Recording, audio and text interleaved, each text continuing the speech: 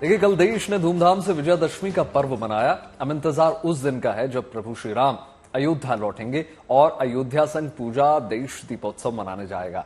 जाहिर है इस बार अयोध्या की दीपावली और भी खास होने जा रही है, क्योंकि रामलला का मंदिर करीब करीब बनकर तैयार हो चुका है और रामलला के मंदिर में प्राण प्रतिष्ठा की तैयारियां भी जोरों शोरों से चल रही हैं। इस बार देखिए, अयोध्या के लोग दीपों का नया रिकॉर्ड भी बनाने जा रहे हैं। अयोध्या रामलला के स्वागत के लिए सज संवर रही है, तो सड़कों से लेकर चौराहों तक सब कुछ राममय नजर आ रहा है। भक्तों को इंतजार उस रामनवमी का भी है जब शताब्दियों के इंतजार के बाद पहली बार रामनवमी का पर्व राम मंदिर में मनाया जाएगा।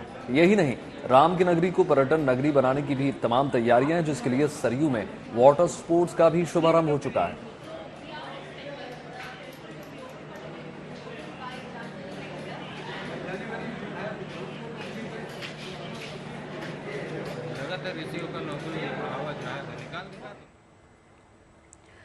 अब बस कुछ वक्त बचा हुआ है, कुछ महीनों का ही वक्त है और रामलला अपने भव्य भवन में विराजमान होंगे। प्रधानमंत्री मोदी ने इस ऐतिहासिक पल को विश्व को हर्षित करने वाला बताया।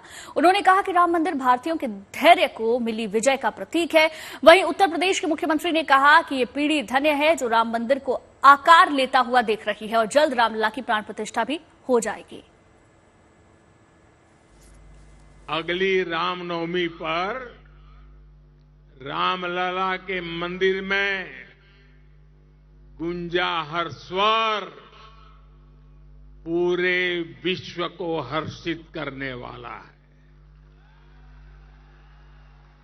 वो स्वर जो शताब्दियों से यहां कहा जाता है,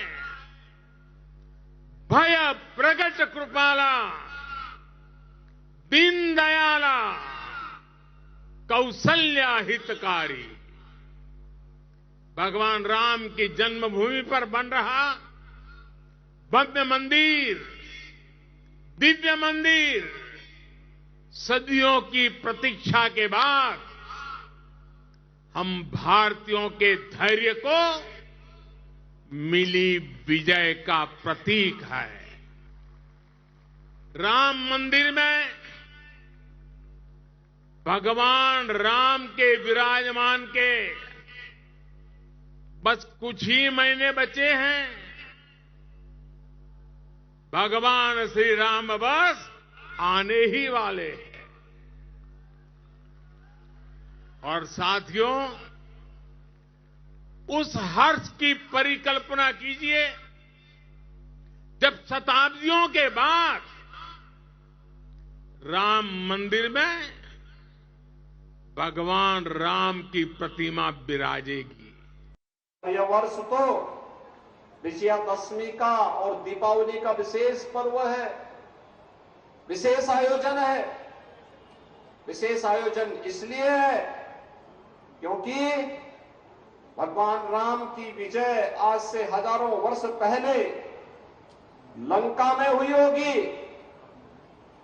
लेकिन इस वर्ष में प्रभु श्री राम 500 वर्षों का इंतजार करते हुए अपने स्वयं के भव्य मंदिर में विराजमान होने वाले हैं। अपने भव्य मंदिर में विराजमान होने वाले हैं।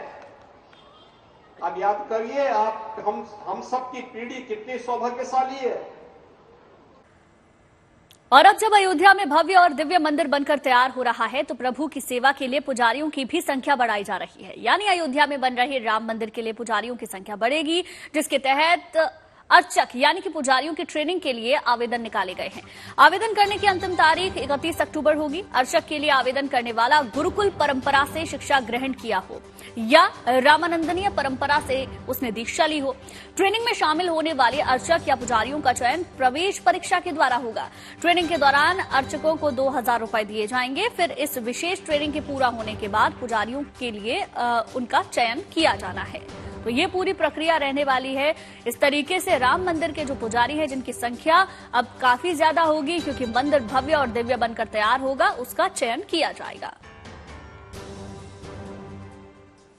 और देखिए, राम नगरी के साथ अयोध्या पर्यटक नगरी भी लगातार बनती जा रही है। एक तरफ आध्यात्मिक पर्यटन है तो दूसरी तरफ एडवेंचर की सौगात भी है। एक दिन पहले विजयादशमी के मौके पर अयोध्या में वाटर स्पोर्ट्स एडवेंचर की शुरुआत हो चुकी है। इसी के साथ सरयू नदी हवा से बातें करती बोट भी वहां पर दौड़ती हुई आपको नजर आएंगी। मतलब साफ है, लोगों को रामलला के दर्शन के बाद स्पीड बोट के जरिए सरयू की लहरों का आनंद भी मिल जाएगा। तो कोशिश न सिर्फ आध्यात्मिक लिहाज से इसको विकसित करने की है, बल्कि पर्यटन के लिहाज से भी इसको लगातार विकसित करने की दिशा में हर काम किए जा रहे हैं। बात चाहे इंटरनेशनल एयरपोर्ट की हो, रेलवे स्टेशन की हो, आधुनिक या फिर वाटर स्पोर्ट्स के माध्यम से पर्यटकों को लुभाने का जो सिलसिला है वो लगातार जारी है।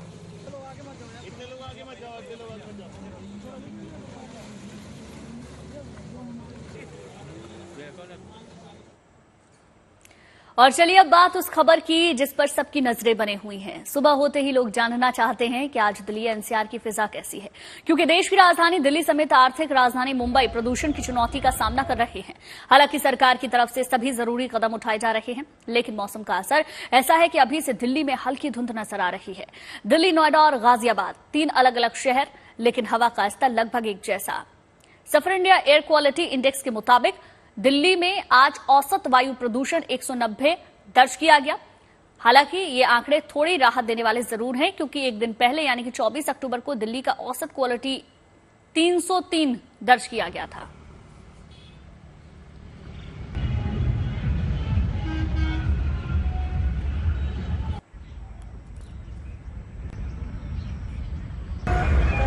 तो देखिए, ये तस्वीरें ये बताने के लिए काफी हैं कि दिल्ली की आबोहवा किस हद तक खराब हो चुकी है। हालांकि 24 अक्टूबर यानी कि कल के मुकाबले आज जरूर AQI पहले से बेहतर है, लेकिन आने वाले दिनों में त्योहार हैं और ऐसे में स्थिति और भी ज्यादा खराब हो सकती है। तो ऐसे में जो मॉर्निंग वॉक पर निकलने वाले लोग हैं या फिर दिल्ली, नोएडा, NCR में रहने वाले लोग हैं, उनके लिए मुश्किल भरा ये वक्त हर बार हर साल होता है, क्योंकि प्रदूषण बहुत ज्यादा होता है। हालांकि सरकार की ओर से तमाम कदम इसको बैलेंस करने के लिए किए जाते हैं, जिसमें कि गाड़ियों के सिस्टम को भी लागू किया जाता है, लेकिन इन सबसे अलग बहरहाल दिल्ली की आबोहवा काफी प्रदूषित है। और यही लगभग हाल मुंबई का भी बना हुआ है, जहां पर AQI काफी निचले स्तर पर पहुंच चुका है। आज की अगर बात करें तो दिल्ली में AQI 190 है, जो कि कल 303 के लगभग था। अब 3 तस्वीरें आपकी टेलीविजन स्क्रीन पर है, आप देख सकते हैं कि आपको कुछ भी इन तस्वीरों में साफ तौर पर नजर नहीं आएगा, क्योंकि हवा बहुत ज्यादा प्रदूषित हो चुकी है। देखिए, प्रदूषण कुछ गाड़ियों की वजह से, साथ ही साथ जो फसलें बनती है, पराली जलाई जाती है, बहुत जगह पर उसकी मनाही है, लेकिन उसके बावजूद भी किसान जलाते हैं और उसके बाद ये प्रदूषण इस तरीके से फैलता है। दूसरी तस्वीर आप देख रहे हैं नोएडा की, जहां पर सांसों का संकट बरकरार है और लगभग गाजियाबाद में भी ऐसी ही स्थिति बनी हुई है।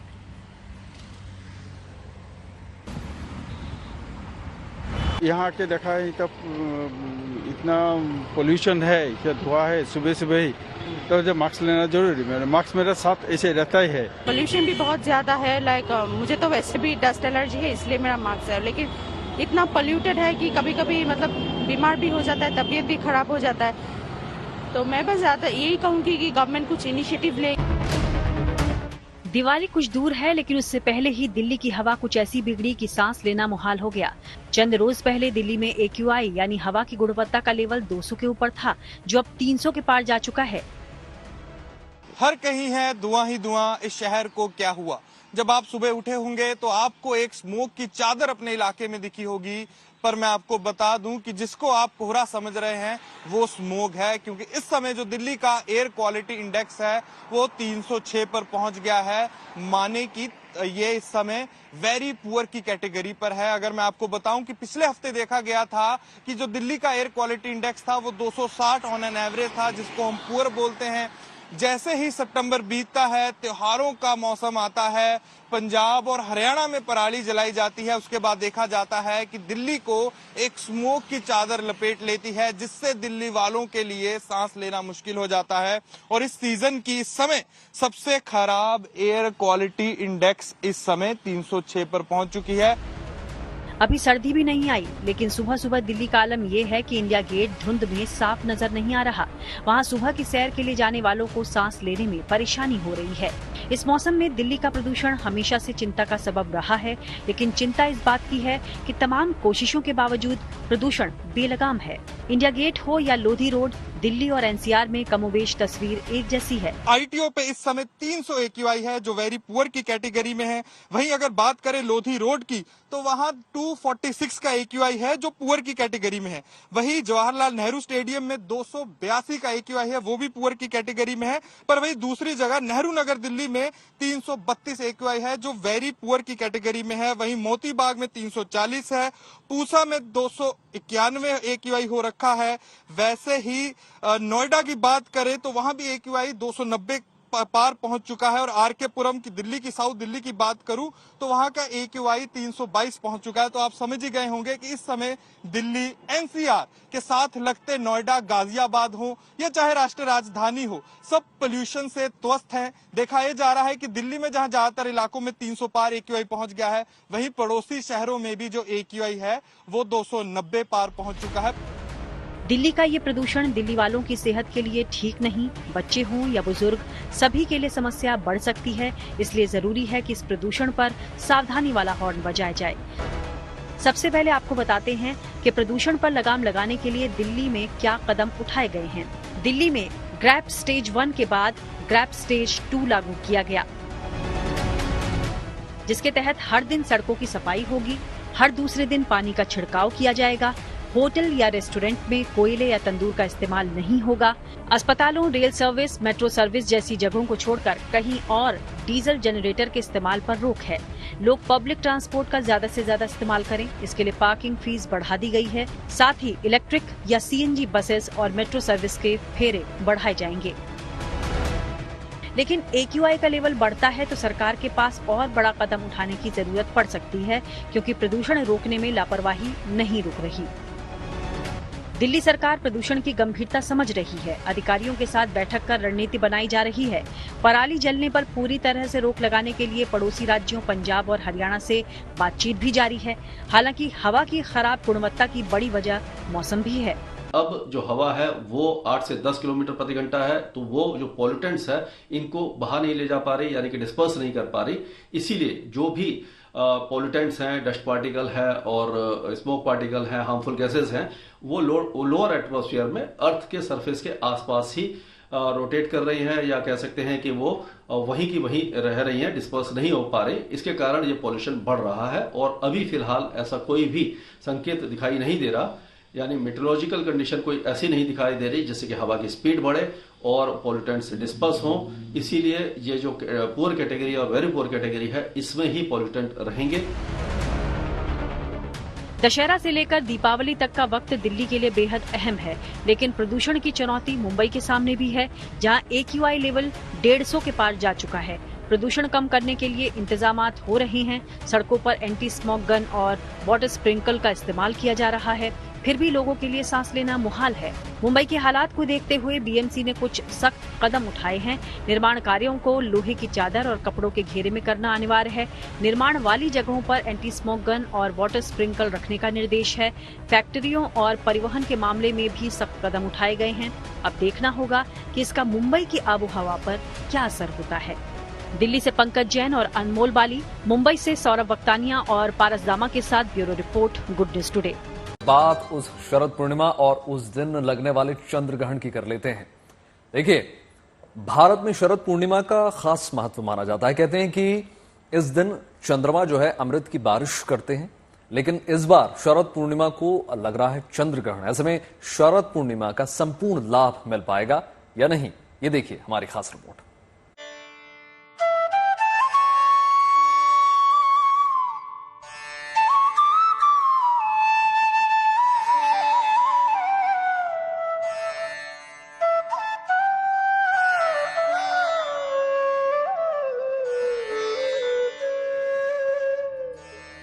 हिंदू धर्म में शरद पूर्णिमा का खास महत्व माना जाता है। शरद पूर्णिमा से शरद ऋतु की शुरुआत होती है। कहते हैं कि शरद पूर्णिमा की रात को आसमान से अमृत की वर्षा होती है, क्योंकि उस समय चंद्रमा अपने 16 कलाओं से युक्त होकर अमृत वर्षा करते हैं।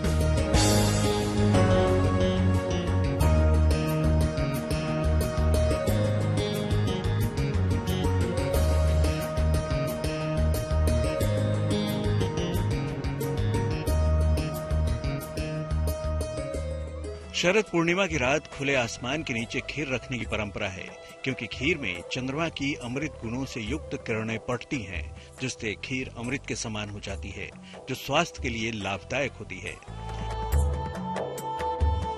मान्यता ये भी है कि भगवान श्री कृष्ण ने राधा रानी और गोपियों के संग शरद पूर्णिमा की रात को महारास रचाया था, इसलिए इसे रास पूर्णिमा भी कहते हैं। माना तो ये भी जाता है कि माता लक्ष्मी का इसी दिन जन्म हुआ था, इसलिए माँ लक्ष्मी की विधि विधान से पूजा करने पर धन वैभव का वरदान भी मिलता है।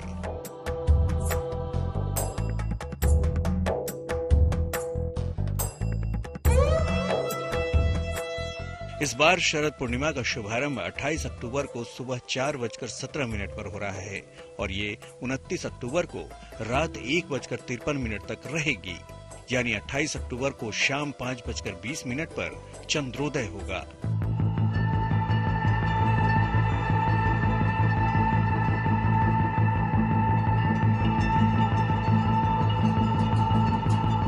लेकिन शरद पूर्णिमा पर लगने जा रहा है साल का अंतिम चंद्र ग्रहण।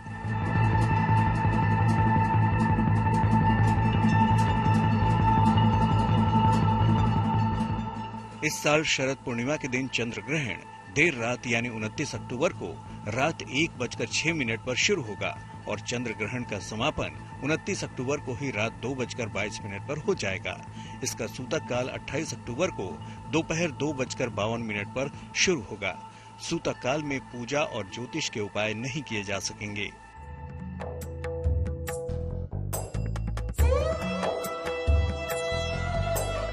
शरद पूर्णिमा के दिन चंद्र ग्रहण का सूतक काल दोपहर करीब 3 बजे से लग रहा है।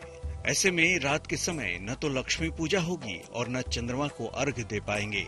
ऐसे में ज्योतिष के जानकारों का कहना है कि शरद पूर्णिमा पर लक्ष्मी पूजा और चंद्रमा पूजन या तो सूतक काल से पूर्व संभव है या फिर चंद्र ग्रहण के समापन के बाद। ऐसे में चंद्र ग्रहण के बाद ही पूजा पाठ करना अच्छा रहेगा, क्योंकि उस वक्त चंदा मामा के दर्शन हो सकेंगे। इस साल शरद पूर्णिमा पर 5 शुभ योग भी बन रहे हैं। सौभाग्य योग, सिद्धि योग, बुधादित्य योग, गजकेसरी योग और शश योग का निर्माण हो रहा है। शरद पूर्णिमा में चंद्रमा पृथ्वी के अत्यंत नजदीक आ जाता है। चंद्रमा की शीतलता धरती पर अमृत के समान बरसती है।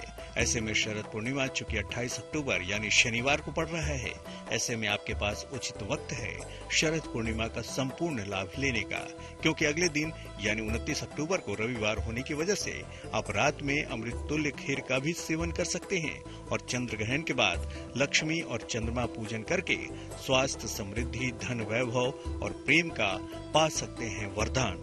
Bureau report, good news today.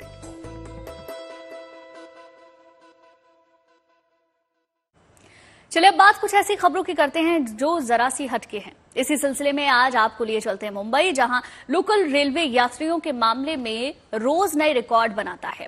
लेकिन इस सामूहिक रिकॉर्ड से अलग एक रिकॉर्ड व्यक्तिगत भी बन रहा है, जिसे बनाने वाला कोई और नहीं, रेलवे के टीटी हैं। नाम है सुनील नैनानी। क्या है सुनील का ये रिकॉर्ड, देखिए इस रिपोर्ट में।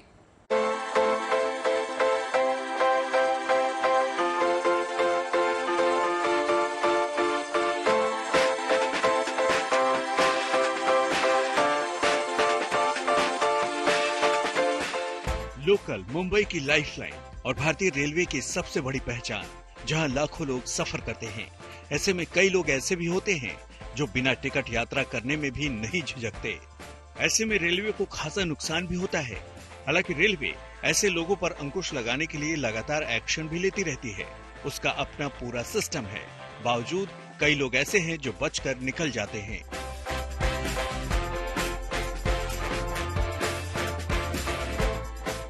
ऐसे ही लोगों पर पैनी नजर रखते हैं टीटी सुनील नैनानी, जो सेंट्रल मुंबई के इलाके में ड्यूटी करते हैं, जिनकी मौजूदगी रेलवे के खजाने को चूना लगने से बचाती है, बल्कि उसमें दौलत भी बढ़ाती है। 30 साल की नौकरी में सुनील रेलवे के लिए रिकॉर्ड बना रहे हैं।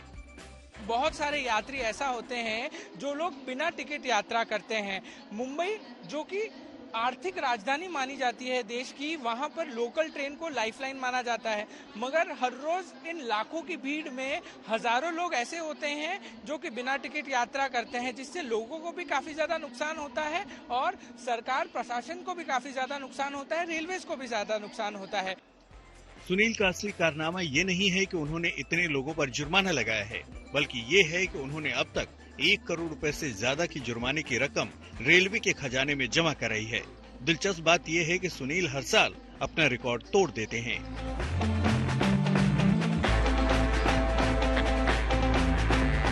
सुनील ने बीते बरस 10,426 लोगों से 1.5 करोड़ रुपए का जुर्माना वसूला था। इस साल सुनील ने ये रिकॉर्ड महज 6 महीने में ही ब्रेक कर दिया है। इस साल उन्होंने 1 करोड़ 62 लाख रुपए की रकम सरकारी खजाने में जमा कराई है, जबकि इसके लिए उन्होंने 18,413 लोगों को बिना टिकट दबोचा है। एक्चुअली बाय लक अभी मेल एक्सप्रेस में भी मैं करता हूँ, उसमें 60-70 तक केसेस बन जाते हैं पर डे। 8 आवर्स तक काम करना पड़ता है, मेहनत थोड़ी करनी पड़ती है, लेकिन हो जाता है। यकीनन सुनील के कामकाज के तौर तरीकों का फायदा रेलवे को उसके खजाने में दिख रहा है। वैसे जरूरत उन लोगों को भी समझने की है जो बिना टिकट यात्रा करते हैं, क्योंकि टिकट के खर्चे बचाने का फायदा कम, जुर्माने की रकम भरने का नुकसान ज्यादा है। मुंबई से पारस दामा के साथ bureau report, good news today. अब बात इंडिया के छोटे शहरों से सामने आ रहे उस आइडिया की कर लेते हैं जो आने वाले वक्त में बड़े असरदार साबित हो सकते हैं। अक्सर लंबे सफर में, खासकर जब ड्राइविंग करनी होती है, सबसे बड़ी फिक्र नींद की होती है। कर्नाटक के हुबली जिले में राबिया नाम की छात्रा ने ऐसा गैजेट तैयार कर लिया है जो नींद या झपकी की वजह से होने वाले हादसों को रोकने में कामयाब होगा। ऐसा दावा किया है उन्होंने। ये सिर्फ ड्राइवर्स को ही नहीं बल्कि उन स्टूडेंट्स को भी फायदा देगा जो नींद ज्यादा आने की वजह से पढ़ नहीं पाते।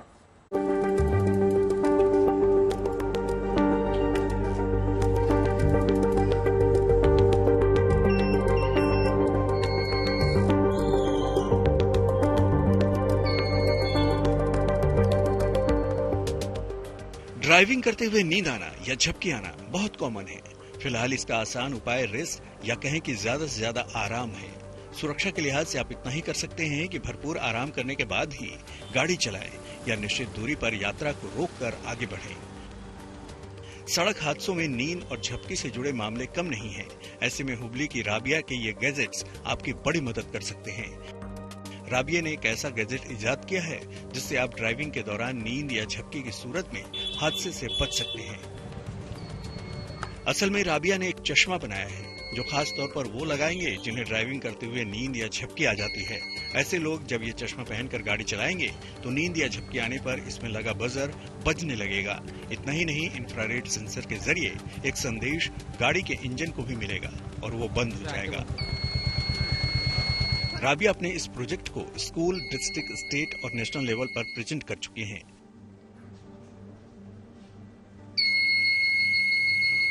Just because of the carelessness of one person, the entire family will get into and will be involved in the accident. So, in order to prevent those accidents, I've prepared a project. So, in this project, I've used Arduino, IR sensor, transparent glasses, then buzzer, switch, and 9V battery. Basically, it is of infrared sensing. The project theme is. And whenever the driver feels drowsy or sleepy, he tries to close his eyes. Whenever he closes his eyes, the infrared sensor senses the movement of the eyelids and sends the command to the Arduino. Rabia का ये चश्मा पूरी तरह transparent, rechargeable battery और infrared sensor से lace है। वैसे ये गैजेट सिर्फ ड्राइवर्स के काम नहीं आने वाला, बल्कि उन छात्रों के भी काम आने वाला है जो नींद के बोझ के चलते पढ़ाई नहीं कर पाते। इस गैजेट का इस्तेमाल स्टूडेंट्स भी कर सकते हैं। राबिया के पिता और परिवार ने भी पूरा सहयोग किया है।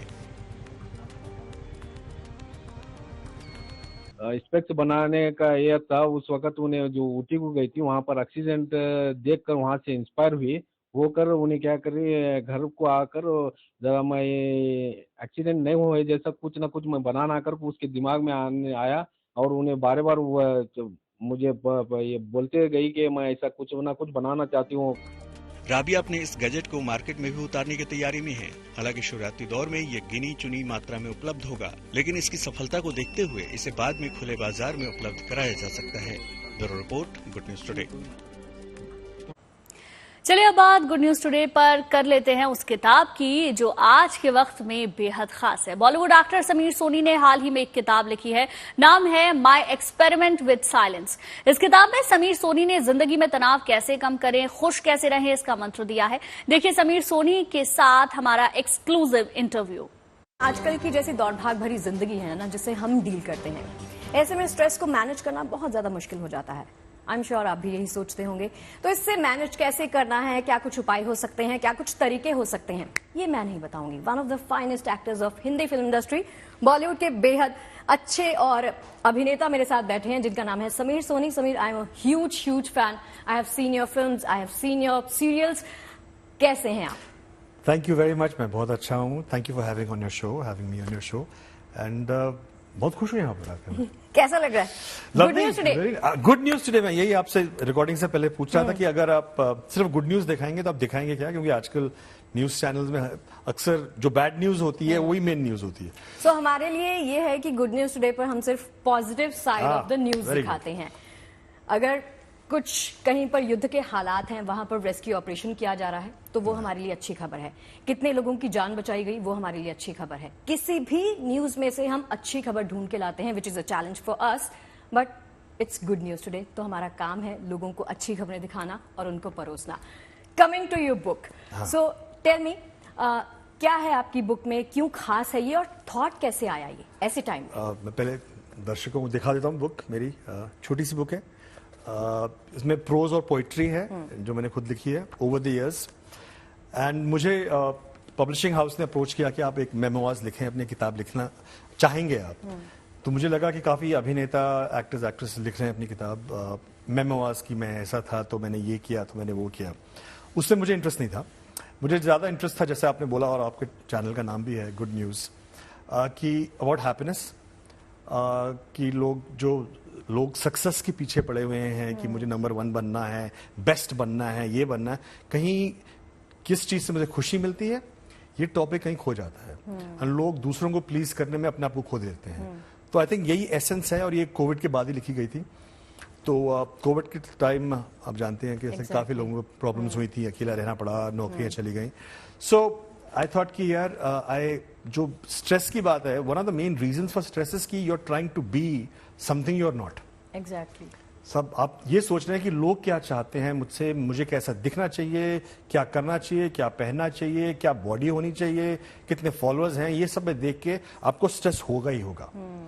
And for me answer simple है कि पहले आप सोचिए कि आप कौन हैं, क्या हैं, क्या बनना चाहते हैं, और किस चीज से आपको खुशी मिलती है। That is the primary thing. बाकी सब बैकग्राउंड में। तो ये किताब मेरा जो संघर्ष रहा है अपने आप से इस इंडस्ट्री से डील करने में, मेरे, बिकॉज इसेंशली मैं इंट्रोवर्ट हूँ, मुझे अपने आप से टाइम स्पेंड करना अच्छा लगता है। तो जो मेरी स्ट्रगल रही है तो मैं लोगों से शेयर कर रहा हूँ, और होपफुली मेरी स्ट्रगल देख के उनको कुछ शायद अपने बारे में इंस्पिरेशन मिल जाए। इंस्पिरेशन ही वर्ड से नेक्स्ट मेरा सवाल जुड़ा हुआ कि जब भी हम कोई काम करते हैं ना समीर, तो हमारी कोई ना कोई इंस्पिरेशन रहती है, उसके पीछे कोई ना कोई मोटिव रहता है, कोई ना कोई ऐसी चीज जो हमें इंस्पायर कर देती है कि हाँ हमें यही करना है। तो कुछ चीज स्ट्राइक हुई before you started writing for this book? Actually मैं बचपन से लिखता आया हूँ। अच्छा। मेरी को आदत है, जब भी कुछ सोचता हूँ, कोई थॉट आता है तो मैं लिखना शुरू कर देता हूँ। वो मेरा हॉबी थी, रिलीज था, स्ट्रेस रिलीज था। तो मैं हमेशा से लिखता आ रहा हूँ। कभी कभार जब मूड आया लिखा, मगर जो बुक का कॉन्सेप्ट था आई थिंक पोस्ट कोविड आया। क्योंकि जब मैंने देखा और मैं काफी सालों से ऑब्जर्व कर रहा हूँ, मैं इंडस्ट्री में 20 साल से ज्यादा हूँ, और जो मैं देख रहा हूँ जिस तरह हमारी सोसाइटी चल रही है, जिस तरह डिजिटल मीडिया लोगों पे प्रेशर डाल रहा है, एंड लोग कोशिश कर रहे हैं, स्ट्रगल कर रहे हैं। एग्जैक्टली। एंड मैं थक गया था। मैंने कहा कोई ना कोई तो बोले, मतलब सब पे प्रेशर पड़ रहा है, सब एक दूसरे को आउटडू करने की कोशिश कर रहे हैं, सभी थक रहे हैं, सभी को स्ट्रेस हो रहा है, कोई तो बोले कि इट इज ओके, मैं जैसा हूँ ठीक हूँ। ये रैट रेस है ना, तो रैट रेस का हम सभी पार्ट हैं, चाहे आप मीडिया की बात करें, चाहे आप बॉलीवुड की बात करें। हम जब बॉलीवुड की बात करते हैं ना, जाहिर सी बात है कि स्ट्रेस बहुत ज्यादा होता है उस इंडस्ट्री से। मैं भी बॉम्बे से आई हूँ, बॉम्बे रिटर्न हूँ, मैंने कुछ काम किया है, एक्टिंग भी की है, मैं एंकरिंग भी करती हूँ। तो स्ट्रेस को डील करना बहुत चैलेंज होता है, जैसे मैंने स्टार्टिंग अपनी इंट्रो इसी चीज के साथ की। समीर सोनी को जब कोई स्ट्रेस होता है तो वो कैसे डील करते हैं? What's your Mantra? माय मंत्र बहुत सिंपल है कि जो मैं करता हूं और जो मेरा फिलॉसफी है लाइफ की तरफ से, वो सिंपल है कि आपके पास ऊपर वाले ने इतने साल दिए हैं, जितने भी आपके साल हैं, और कुछ रिसोर्सेज दिए हैं, और अब आपको डिसाइड करना है कि आपको किस चीज से खुशी मिलती है। You have to fight for yourself कि मैं ये हूं। Happiness mantra of Sameer Soni. Happiness mantra is simple, be yourself, you are fine the way you are, find out, भेड़ चाल में मत जाओ। तमिलनाडु के विश्व प्रसिद्ध मदुरै मीनाक्षी अम्मन मंदिर में 108 महिलाओं ने वीणा बजाई। कुछ महिलाएं जो हैं ऊपर मंच पर बैठी नजर आई, जबकि कुछ महिलाएं जो है नीचे बैठकर वीणा वादन करती हुई नजर आई। इन सुखमय पलों के कई लोग गवाह भी बने। एक सुर में कलाकारों ने वीणा बजाया और कॉन्सर्ट हॉल में मौजूद लोग जो है इससे मंत्रमुग्ध नजर आए।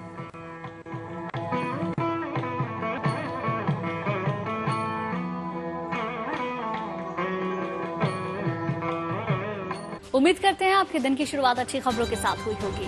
बिल्कुल, देश और दुनिया की तमाम पॉजिटिव खबरों के लिए यूं ही जुड़े रहिए न्यूज़ टुडे के साथ। नमस्कार।